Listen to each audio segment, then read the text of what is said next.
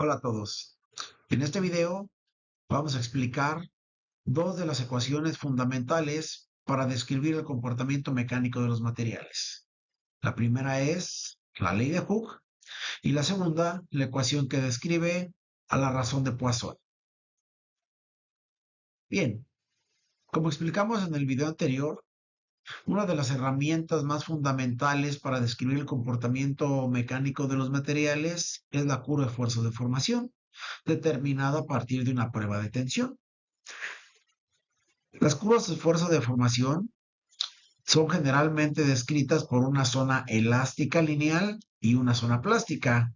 Es importante mencionar que la forma que tenga esta curva de esfuerzo de formación depende totalmente del material que estamos caracterizando. Bien, no es lo mismo un comportamiento de un material metálico como lo es un acero, un aluminio y en un cobre, a un material no metálico como lo puede ser algún tipo de polímero. Bien, la forma o la relación que va a existir entre el esfuerzo y la deformación varía en cada uno de estos. Bien, radica aquí la importancia de nosotros saber qué tipo de material estamos analizando para poder determinar sus propiedades mecánicas. Bien, algo que es una constante es que la gran mayoría de estos materiales poseen una zona elástica lineal. Quiere decir que en esta zona, bien, existe una relación directa entre el esfuerzo y la deformación. Bien, ¿qué quiere decir una relación directa? Bueno, pues que ambos pueden ser correlacionados por una sola constante, una constante lineal. Bien, esta constante es el módulo de Young o módulo de elasticidad del material. En términos físicos, el módulo de Young o módulo de elasticidad del material describe lo que sería la pendiente de la zona elástica de la curva de esfuerzo de formación. En este caso, si nosotros observamos la figura que tenemos aquí, en el cual el eje vertical es el esfuerzo y el eje horizontal es la deformación, la zona elástica lineal estaría delimitada por la línea roja. Ahora bien, el módulo de elasticidad o módulo de Young representaría físicamente la pendiente de esta curva esfuerzo-deformación. Bien, quiere decir esto que es una manera de nosotros poder expresar qué tan rígido es un material. Entre más rígido sea el material, mayor va a ser el módulo de Young, es decir, la pendiente de la curva va a ser más alta. Bien, entre más suave sea el material, como no puede ser el caso de algún polímero, bien, el módulo de elasticidad va a ser menor, es decir, la pendiente va a tender a disminuir.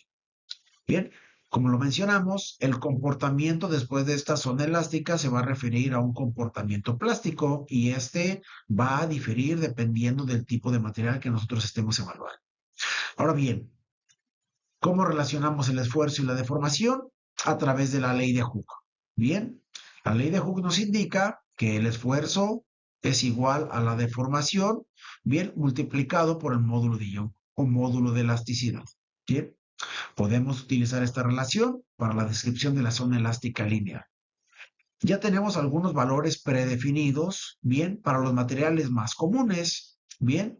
Por ejemplo, para el caso de aceros en el sistema internacional, bien, el módulo de Young es aproximadamente 210 gigapascales. Esta magnitud puede variar dependiendo del tipo de acero.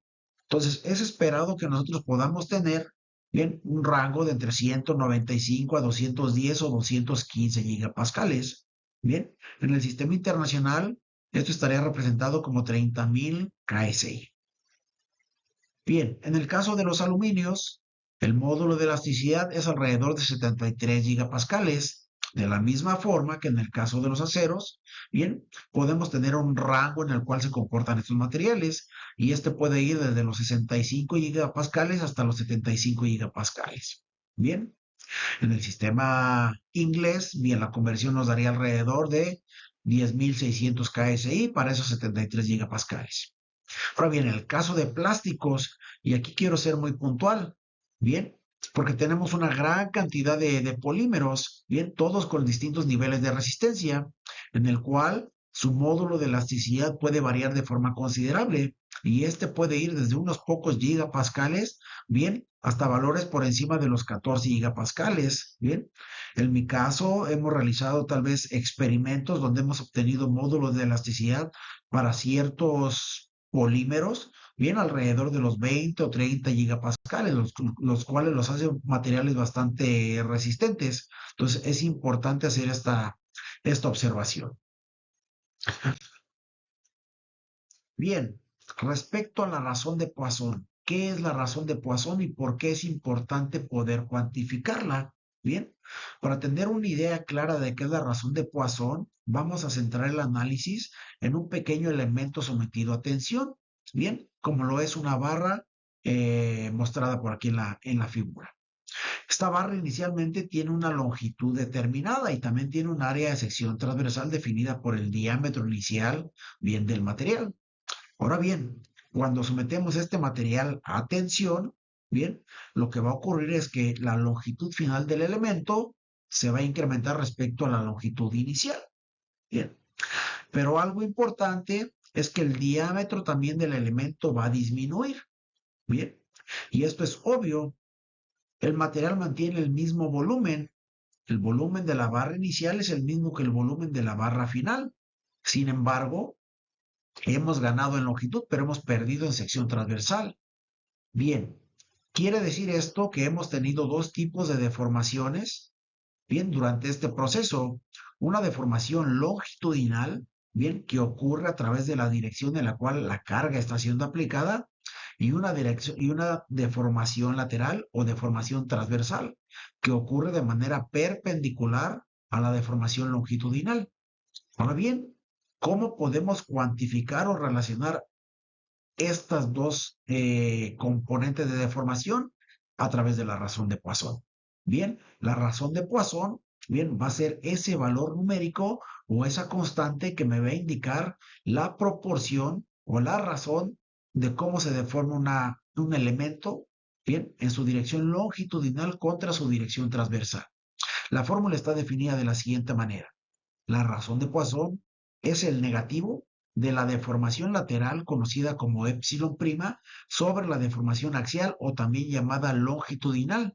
Bien, la razón de Poisson siempre es un valor positivo, ¿ok? Entonces, ¿por qué esta fórmula nos va a dar siempre un valor positivo? En el caso de tensión, la deformación axial siempre nos va a dar un valor negativo. Estamos incrementando respecto a la longitud inicial. Entonces el elemento se está deformando positivamente. Bien, pero en el caso de la dirección transversal, bien, o lateral, estamos perdiendo en área de sección transversal, por lo cual estamos teniendo una deformación negativa. Bien, este signo que tenemos aquí nos ayuda a que esta relación siempre se vuelva positiva. Lo mismo aplica para un elemento sometido a compresión. En un elemento sometido a compresión, la deformación longitudinal será negativa, pero la deformación lateral o transversal será positiva. Al interactuar este signo con una deformación longitudinal negativa, entonces el término nos va a seguir dando positivo. Bien, pero ¿por qué es importante conocer o cuantificar la razón de Poisson? El motivo es el siguiente. Generalmente, al nosotros realizar una prueba de tensión, la única deformación que medimos es la deformación longitudinal, y esto radica en la simplicidad, bien, de poder medir el cambio de longitud. Pero medir el cambio a través del ancho del material no es tan sencillo. Al tener una dimensión menor, cualquier pequeña variación en nuestro instrumento de medición, bien, nos induciría un gran error en el cálculo de la deformación lateral. Es por eso que si nosotros nos auxiliamos de conocer cuánto vale nuestra razón de Poisson, simplemente tendríamos que despejar de la fórmula para la deformación lateral y de esta manera poderla calcular en términos de la deformación longitudinal. Bien, ¿cuáles son los valores típicos que nosotros tenemos para la razón de Poisson? Por ejemplo, para el caso de metales, alrededor de 0.3, materiales dúctiles, bien, para el caso de materiales más frágiles, por ejemplo, como el concreto, bien, 0.2, quiere decir que en este tipo de elementos, conforme nosotros deformemos longitudinalmente, casi no vamos a observar un cambio en su sección transversal. Bien, entre más bajo sea el valor de Poisson, menos deformación vamos a tener en un material. Claramente lo vemos en el caso del corcho. Todos hemos intentado, bien, deformar un pedazo de corcho. Bien, por más fuerza que nosotros apliquemos en la dirección longitudinal, nunca apreciaremos un cambio en la dirección transversal. Y esto nos lleva a tener una razón de Poisson aproximadamente igual a cero. Entonces, es importante ver qué tipo de material nosotros estamos trabajando para poder, con base en la razón de Poisson, hacer un cálculo de sus deformaciones laterales. Bien, un caso hipotético, si nosotros buscáramos tener una aplicación de un material que podamos deformar longitudinalmente, pero que no esté permitido que tenga deformaciones laterales, entonces debemos de buscar un material que tenga una razón de Poisson baja. Caso contrario, si buscamos alguna aplicación en el cual tengamos o nos forcemos a tener una deformación lateral, entonces buscamos materiales con razón de Poisson alta.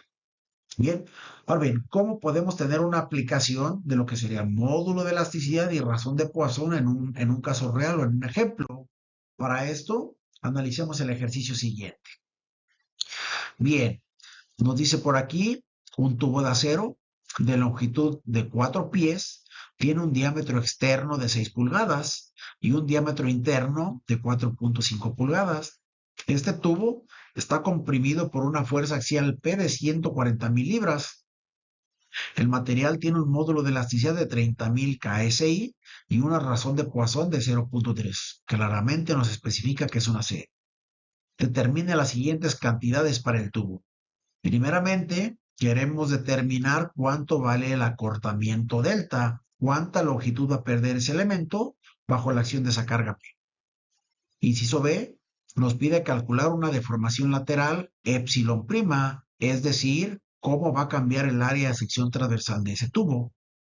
Inciso C, nos pide calcular el incremento, bien, delta de 2 en el diámetro externo, así como el incremento delta de 1 en el diámetro interno. Y esto es claro, al estar el elemento sometido a compresión, bien, su área de sección transversal se va a incrementar. Y finalmente lo que nos pide es calcule cuál sería el incremento en la pared delta T. Bien, para auxiliarnos y comprender de forma más clara el problema, bueno, tenemos este pequeño diagrama esquemático y una vista de la sección transversal del elemento.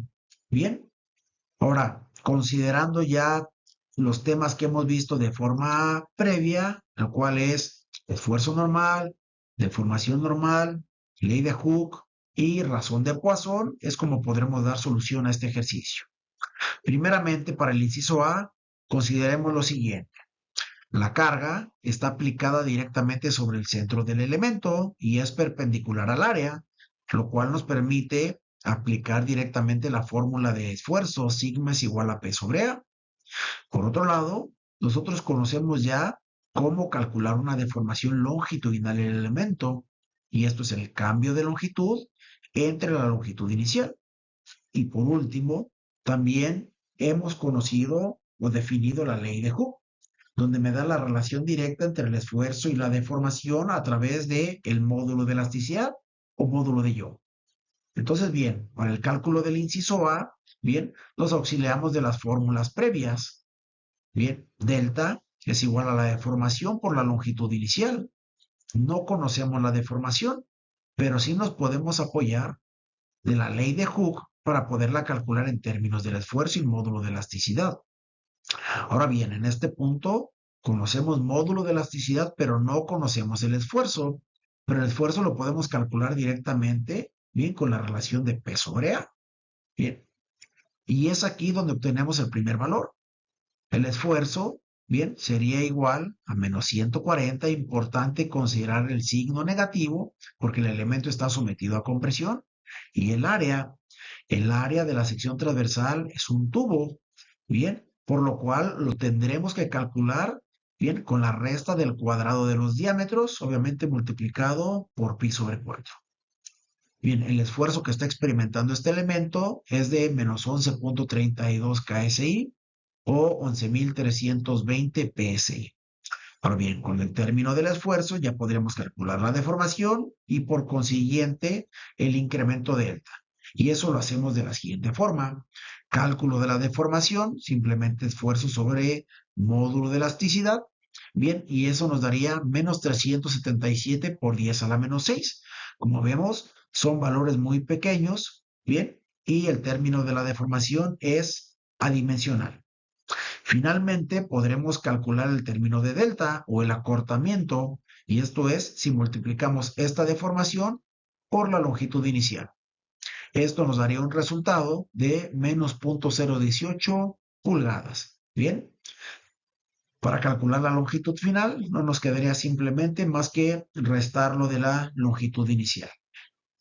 Ahora bien, inciso B, nos pide calcular la deformación lateral del elemento. Bien, es aquí donde vamos a hacer uso de la razón de Poisson. Si nosotros ya conocemos cuál es la deformación longitudinal, haciendo o auxiliándonos de la razón de Poisson, podríamos calcular la deformación lateral. Bien, de tal forma que para calcularla nos daría lo siguiente: el negativo de la razón de Poisson por la deformación. Bien, eso nos va a dar la deformación lateral. Mencionamos, al estar sometido a compresión del elemento, la deformación lateral tiene que ser positiva, y eso lo logramos manteniendo el signo negativo de la fórmula con el negativo, bien, que nos da nuestra deformación longitudinal. Bien, la razón es 113 por 10 a la menos 6. Inciso C, nos pide el incremento en el diámetro de 2 y también el incremento en el diámetro de 1. Pero ¿cómo calculamos esto? Bien, hacemos uso del mismo concepto de deformación. Deformación es el cambio de dimensión entre una dimensión original. En este caso, podemos asumir que la dimensión original sería el diámetro externo y el cambio de dimensión sería el delta de 2. Bien, esto nos permitiría cuantificar una deformación lateral. Entonces, para poderlo calcular, lo hacemos de la siguiente forma. Delta de 2 es igual a la deformación lateral por el diámetro 2. Bien, nuestro diámetro inicial. En este caso nos estaría indicando que el delta de 2 o el incremento en el tamaño de la pared sería 0.000679 pulgadas. Bien, el mismo razonamiento tenemos para el incremento en el diámetro de 1. Al ser el mismo material, la proporción que se va a deformar sería la misma. Bien, y esto claramente podemos observarlo porque la variable que nos está afectando o relacionando sería la deformación lateral. Bien, en este caso, delta de 1 sería el resultado de multiplicar 113 por 10 a la menos 6 por el diámetro inicial, que es 4.5 pulgadas. El resultado es 0.0005085 pulgadas. Bien, finalmente nos pide calcular el incremento delta T en la pared. Bien, aquí podremos encontrar dos maneras de solucionarlo. Una, utilizando el mismo concepto que desarrollamos en el inciso C, o la otra, simplemente asumiendo esta relación geométrica. 2 veces el espesor es igual al diámetro 2 menos el diámetro 1. Por lo tanto, el espesor es el diámetro 2 menos el diámetro 1 sobre 2. Bien, a partir de aquí podríamos calcular también el cambio en el espesor, que no sería otra cosa que la resta de los diámetros, y eso nos daría este siguiente resultado: 113 por 10 a la menos 6 multiplicado por 0.75. Bien, de esta forma, bueno, podemos encontrar la aplicación de lo que sería la ley de Hooke y la razón de Poisson para la solución de un ejercicio. Finalmente, como aprendizajes en este video, bien, definimos bien y encontramos el significado físico de la ley de Hooke. Bien, así también como del módulo de elasticidad. Segundo punto, definimos lo que sería la razón de Poisson, bien, como la relación que hay entre la deformación lateral y deformación longitudinal. Y finalmente, bueno, hicimos un ejercicio de aplicación de conceptos donde retomamos ya los términos de esfuerzo, deformación, ley de Hooke y también razón de Poisson. Bien, espero que este video les haya sido de utilidad. Bien, cualquier duda o comentario, por favor, comenten. Saludos.